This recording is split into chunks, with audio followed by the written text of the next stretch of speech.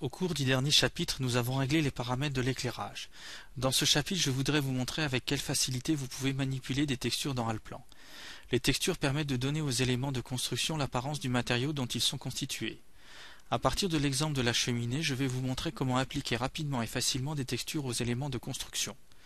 Nous commençons par ouvrir la fenêtre d'animation pour pouvoir sélectionner directement la cheminée et donc pouvoir visualiser instantanément la texture que nous lui aurons appliquée. Nous devons ensuite désactiver le mode de déplacement, ce qui nous permet de sélectionner directement des éléments de construction.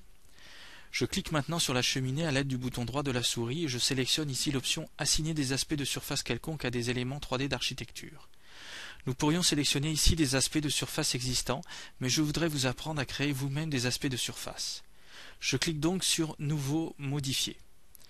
La fenêtre de création de nouveaux aspects de surface s'affiche à l'écran, avec au milieu le bouton Texture. Nous cliquons sur ce bouton et nous sélectionnons le fichier Concrete01.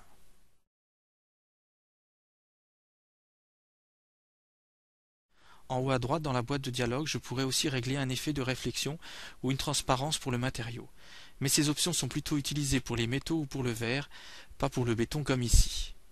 Le paramètre réfraction sert pour la représentation de l'eau ou du verre. Les paramètres importants dans cette fenêtre sont avant tout l'échelle de la texture et son déplacement. Pour l'échelle, nous entrons 2 dans la direction X et 6 dans la direction Y. Nous devons veiller à ne pas trop augmenter l'échelle du fichier, car les pixels risqueraient de devenir visibles à l'écran. La règle d'or pour les textures est la suivante. Plus la résolution de l'image est bonne, plus l'échelle peut être augmentée. Pour le déplacement, j'entre 6 dans la direction Y. Il arrive quelquefois que la transition entre les bords d'une texture ne soit pas continue. Dans ce cas, il faut faire quelques essais avec l'échelle et le déplacement, ou utiliser ce que l'on appelle une texture jointive. Je valide ensuite la boîte de dialogue, et le programme m'invite à enregistrer le nouvel aspect de surface. J'entre le nom cheminée, et je valide à nouveau.